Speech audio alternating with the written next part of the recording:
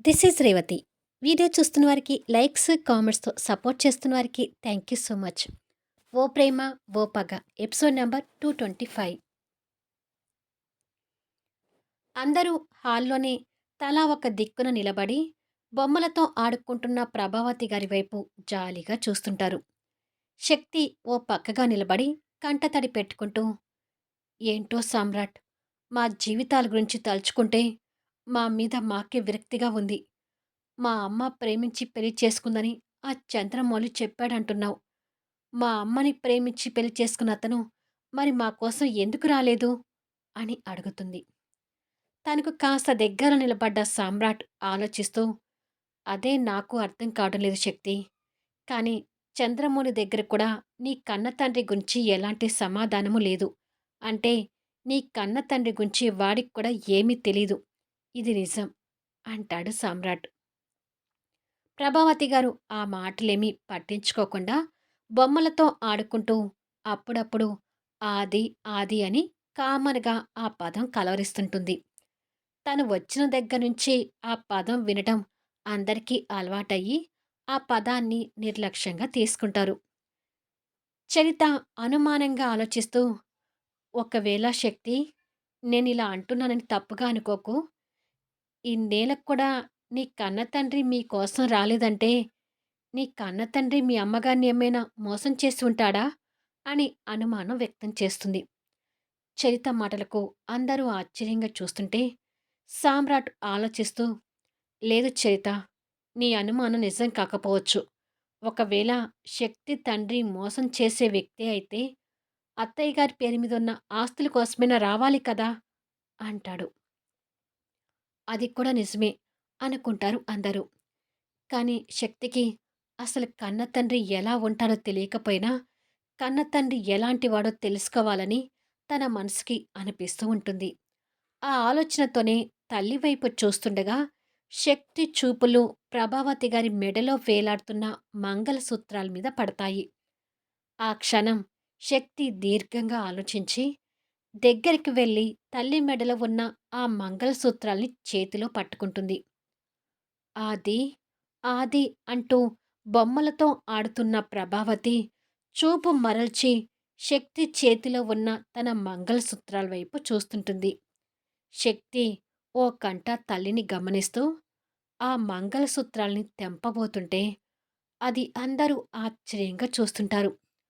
ఏం చేస్తున్నావు శక్తి అంటాడు సామ్రాట్ అర్థం కానట్టుగా చూస్తూ.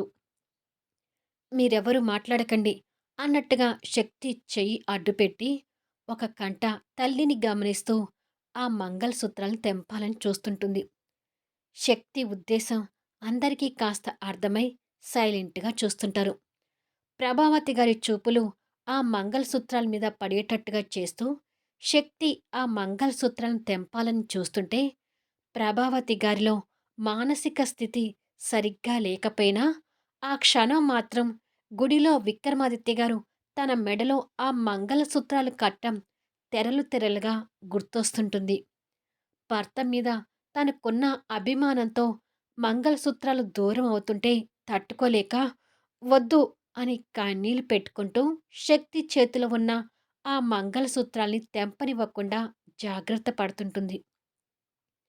ప్రభావతి గారు ఆ మంగళసూత్రాల మీద చూపిస్తున్న అభిమానానికి శక్తితో సహా అందరూ ఆశ్చర్యపోతుంటారు. ప్రభావతి గారు అడ్డుకుంటున్నా శక్తి తల్లి కలలో కన్నీళ్లు చూస్తూ ఆ మంగళసూత్రాలను తన మెడలో నుంచి తీసే ప్రయత్నం చేస్తుంటే ప్రభావతి గారు అలా కన్నీళ్లు పెట్టుకుంటూనే వద్దు అంటూ శక్తి చేతుల నుండి మంగళసూత్రాల్ని బలవంతంగా చేతిలోకి ఆక్రమించుకొని వాటిని గుప్పెట గట్టిగా పట్టుకొని సోఫా నుంచి లేచి ఇంకొక చేతితో శక్తిని కోపంగా వెనక్కి నెడుతుంది. ఆ ఫోర్స్‌కి శక్తి వెళ్ళి కింద పడబోతుంటే వెంటనే సామ్రాట్ వచ్చి తను కింద పడకుండా పట్టుకుంటాడు. ప్రభావతి గారు అలా నెట్టేసరికి శక్తి ఆశ్చర్యపోతూ తేరుకొని చూసేసరికి ప్రభావతి గారు కోపంతో ఎదురుగా వచ్చి కనిపిస్తుంటుంది. తనకి ఇంకా శక్తి మీద కోపం తగ్గక విక్రమాదిత్య గారి మీద ఉన్న ప్రేమని చాటుకుంటూ శక్తి చంప మీద నుంచి గట్టిగా కొడుతుంది. అది చూసి అందరూ షాక్ అవుతుంటారు.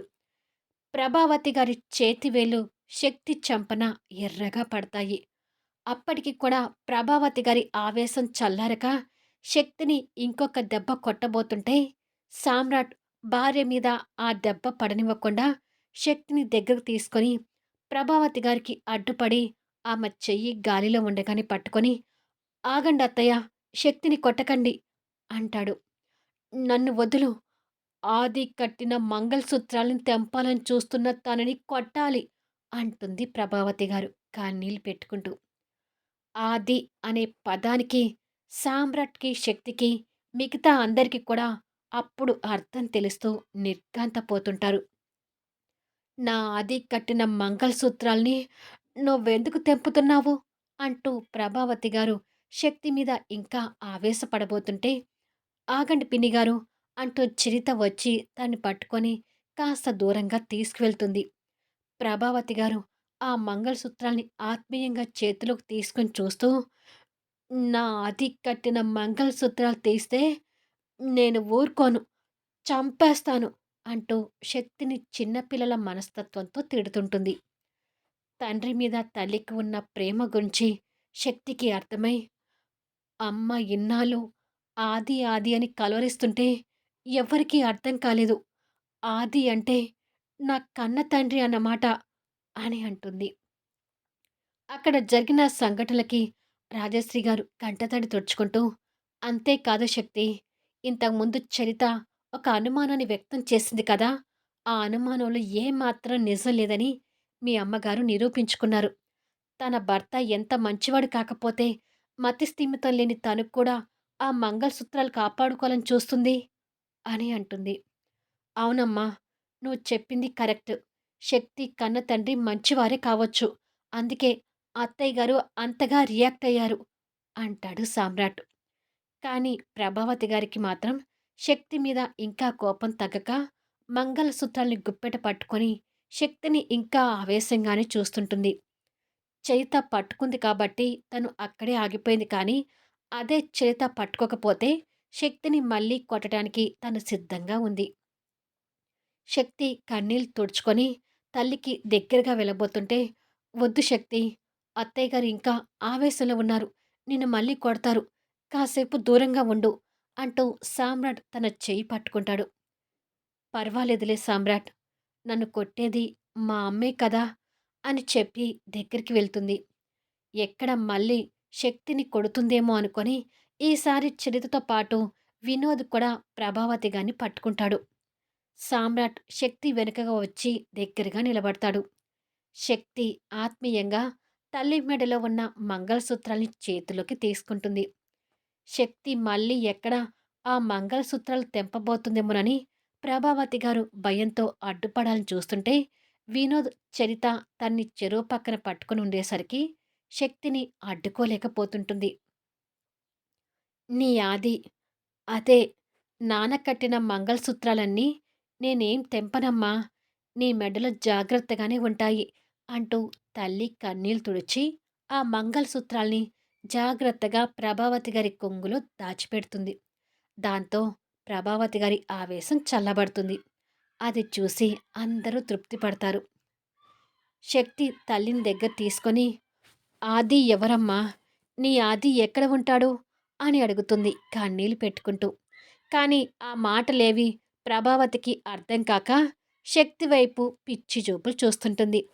సామ్రాట్ శక్తి పక్కకు వచ్చి, "చెప్పండి అత్తయ్య గారు. ఆది అంటే వారు ఎక్కడ ఉంటారో చెప్పండి. వారిని మీ ముందుకు తీసుకొచ్చి నిలబెడతాము" అంటాడు. "చెప్పమ్మా, నాన్న ఎక్కడ ఉన్నాడు? అదే నీ ఆది, నీ భర్త, మీ ఆయన ఎక్కడ ఉన్నాడు?" అంటూ ఇలా శక్తి పలు విధాలుగా అడుగుతుంది. ప్రభావతికి ఆ రకంగా అయినా అర్థమవుతుందేమో అనే ఉద్దేశంతో. ఏమైనా చెప్తుందేమోనని చరిత, వినోద్, రాజశ్రీ కూడా తన వైపు ఆశగా చూస్తుంటారు. కానీ ఏ రకంగా అడిగినా ప్రభావతికి ఆది అనే పేరు కలవరించడం తప్ప ఇంకా తను ఏమీ చెప్పలేకపోతుంటుంది. "ప్లీజ్ అమ్మా, నాన్న గురించి చెప్పమ్మా" అంటూ శక్తి తనని పట్టుకొని రిక్వెస్ట్ చేస్తుంది. అయినా ప్రభావతిలో నో రెస్పాన్స్. "నువ్వు చెప్పకపోతే నాన్న గురించి తెలుసుకోలేనమ్మా" అంటూ శక్తి తల్లిని పట్టుకొని కన్నీళ్ళు పెడుతుంటుంది. శక్తి కన్నీళ్ళు చూస్తున్న ప్రభావతి తనకేమీ పట్టనట్టుగా పిచ్చి చూపులు చూస్తుంటుంది. తండ్రి గురించి తెలుసుకోవాలనే ఆశతో తల్లిని పట్టుకొని కన్నీళ్ళు పెడుతున్న శక్తి వైపు సామ్రాట్‌తో సహా అందరూ బాధగా చూస్తుంటారు. "ప్లీజ్ చెప్పమ్మా" అంటూ శక్తి ఏడుస్తుంటే సామ్రాట్ తన భుజం మీద చేయి వేసి, "శక్తి, ప్లీజ్ కంట్రోల్ యువర్ సెల్ఫ్. మీ అమ్మగారు చెప్పే పరిస్థితిలో ఉంటే ఎందుకు చెప్పరు? నువ్వలా కన్నీళ్ళు పెట్టుకుంటూ అడిగితే తనకేం అర్థమవుతుంది చెప్పు" అంటాడు ఓదార్పుగా. శక్తి తల్లిని నిదానంగా వదిలిపెట్టి సామ్రాట్‌ని చూస్తూ, "మరి మా నాన్న గురించి ఎలా తెలుసుకోవాలి సామ్రాట్?" అని అడుగుతుంది. "మీ నాన్న గురించి ఆ కుక్కలకి తెలిసి ఉంటే ఏదో ఒక రకంగా వాళ్ళ దగ్గర నుంచి నిజం చెప్పించేవాడిని శక్తి. కానీ వాళ్ళకి ఏమీ తెలీదని అర్థమయ్యాక మీ నాన్న గురించి ఎలా తెలుసుకోవాలని నా మైండ్‌లో కూడా ఆ ప్రశ్నలతోనే నిండిపోయి ఉంది. బట్ ఏదో ఒక దారి దొరుకుతుంది. ప్రయత్నం చేద్దాం. నువ్వలా కృంగిపోకు" అంటూ శక్తిని ఓదారుస్తుంటాడు. "అసలు మా నాన్న అంత మంచివాడు అయ్యుంటే ఇంతవరకు మా నాన్న ఎందుకు మమ్మల్ని వెతుక్కుంటూ రాలేదు?" అని అడుగుతుంది శక్తి. తెలియని ప్రశ్నకు సమాధానం అడిగితే నేనైనా ఏం చెప్పగలుగుతాను శక్తి? ఆయన మీ దగ్గరికి రాలేదు అంటే ఏదో బలమైన కారణమైతే ఉండొచ్చు. బట్ ఇన్ని విషయాలు తెలిసినప్పుడు మీ నాన్నగారి గురించి కూడా తెలుస్తుందనే ఆశతో ఎదురు చూద్దాం అంటాడు సామ్రాట్. అవునమ్మా శక్తి. మీ అమ్మ హాస్పిటల్ నుంచి బయటకొచ్చిన దగ్గర నుంచి నీకు ఏదో మంచి జరగబోతుందని ఇలాంటి శుభసూచకాల ద్వారా అర్థమవుతూనే ఉంది. ఇప్పుడు ఆ చంద్రమౌళి నీ కన్న తండ్రి కాదు అని ఎలా తెలిసిందో, అలాగే నీ కన్న తండ్రి ఎవరో కూడా త్వరలోనే తెలుస్తుందిలేమ్మా అని కన్నీళ్ళు పెట్టుకోకు అని ఓదార్పుగా చెప్తుంటుంది రాజశ్రీ. శక్తి అంటూ అప్పుడే పింకీ స్కూల్‌కి రెడీ అయి కిందికొస్తుంది.